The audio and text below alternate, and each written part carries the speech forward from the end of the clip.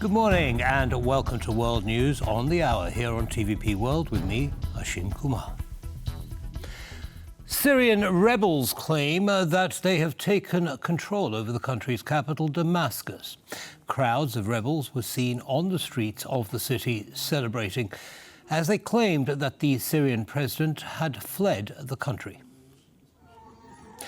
In an early Sunday offensive, the rebels took over Damascus, reportedly causing the Syrian president, Bashar al-Assad, to flee his country. Allegedly, a search for the president is underway, with the rebels questioning Syrian military officers and intelligence officials about al-Assad's whereabouts. The international community is paying close attention to the developing situation. The Syrian Prime Minister said he was ready to cooperate with, quote, any leadership chosen by the Syrian people. Hundreds of people took to the streets to celebrate this takeover. Some were seen destroying a statue of the current president's father, former leader Hafez al-Assad.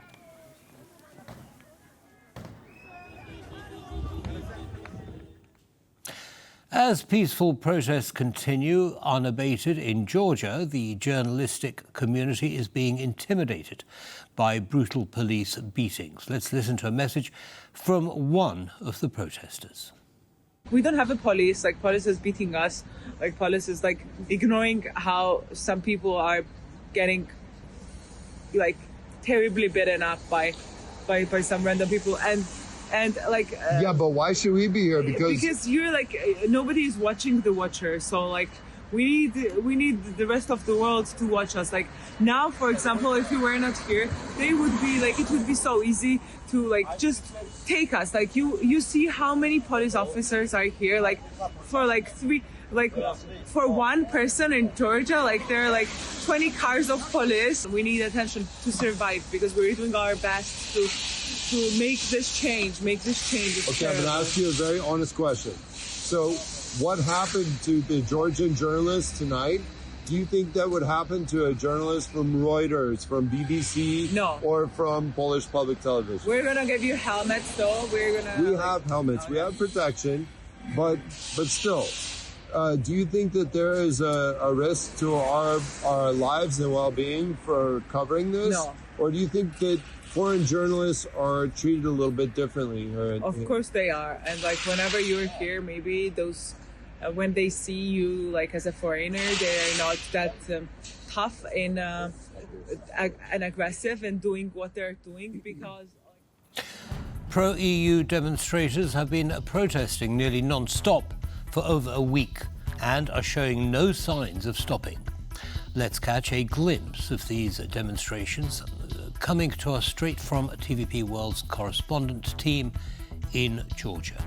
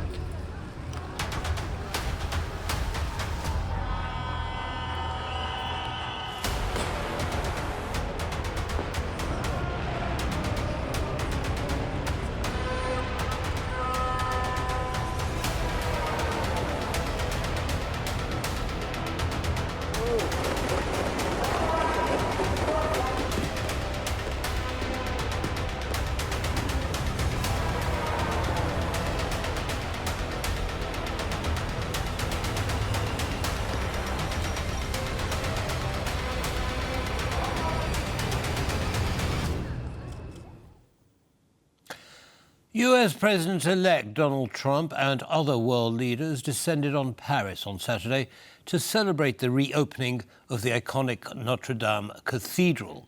The event serves also as a perfect opportunity to discuss the current situation in Ukraine as Donald Trump met the French and Ukrainian presidents. Our chief political correspondent, Aaron Darman, reports from Paris. The bells have tolled for the first time since 2019 at the Notre Dame Cathedral. I can hear hymns behind me on this significant night for Paris. There's been a real buzz amongst people here all afternoon, all evening. Take a look at this. I saw the construction every day from my window, the spire being brought down and then being brought back up.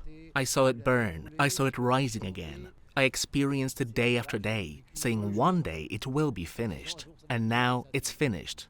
For the French, for tourists, for everyone, it's important. It's the whole history of Paris. It's our history, in fact, whether we're religious or not. I'm not very religious, but I'll go to Mass. I promised. I made a vow. I promised I'd go.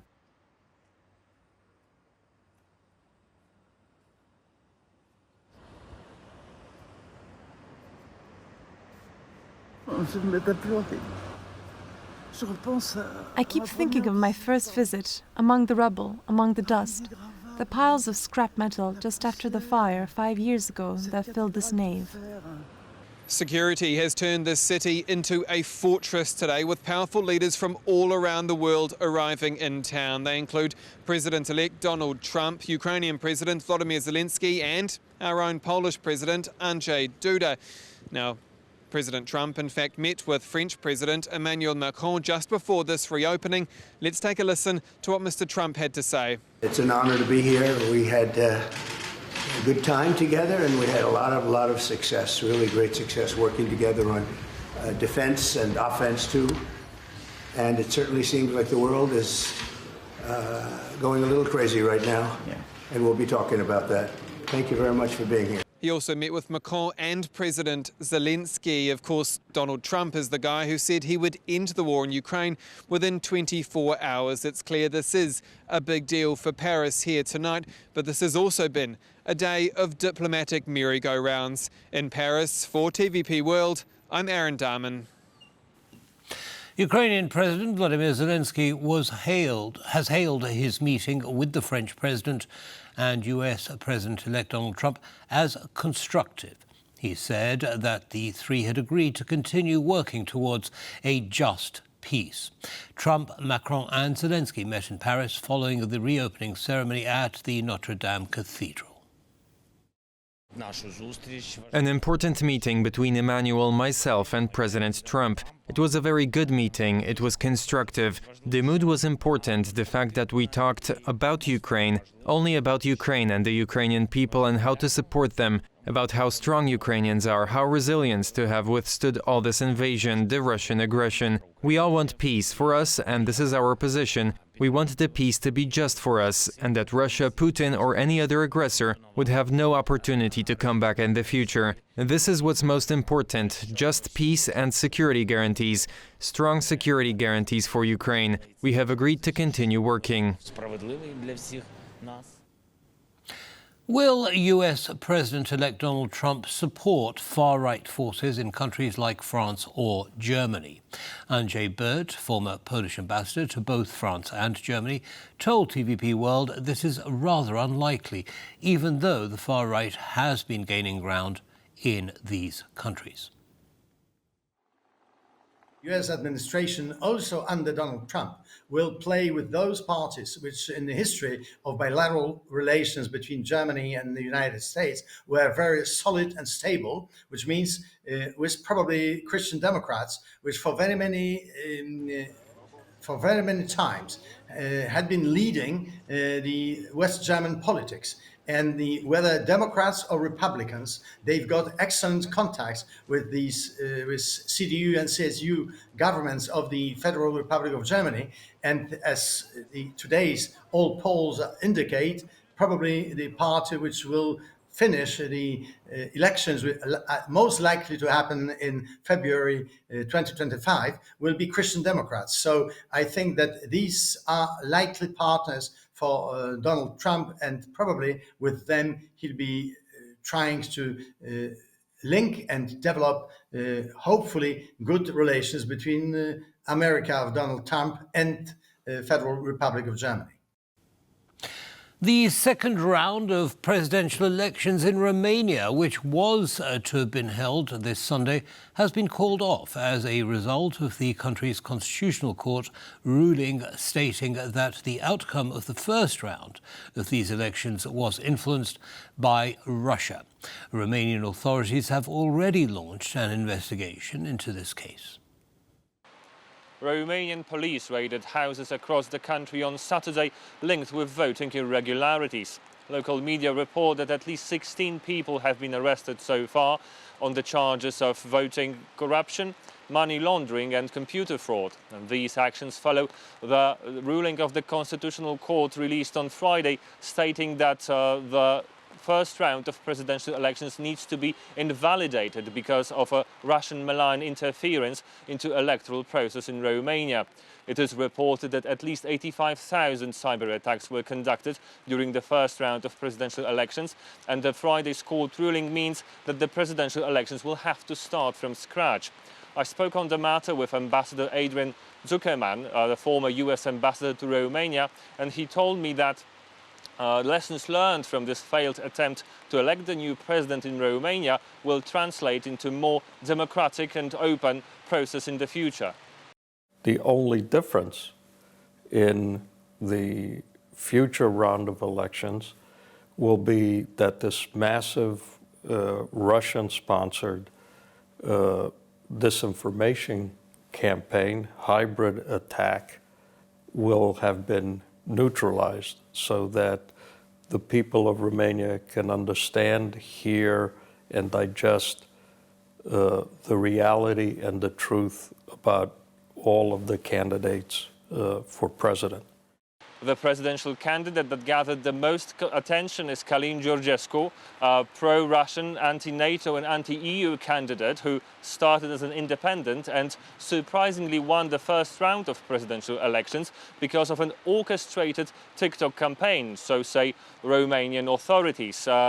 On Saturday, Ursula von der Leyen, the president of the European Commission, spoke with the current president of Romania, Klaus Iohannis, and assured him that the European Commission will keep working so that online platforms will respect the Digital Services Act regarding elections in Europe. From Bucharest, Romania, for TVP World, I'm Paweł Trzaskowski. The U.S. Secretary of Defense has announced a new military aid package for Ukraine worth nearly $1 billion. While making the announcement, he called the United States and Kyiv's other allies the arsenal of Ukrainian democracy. And I'm proud to announce today the commitment of a new Ukraine Security Assistance Initiative package worth nearly $1 billion.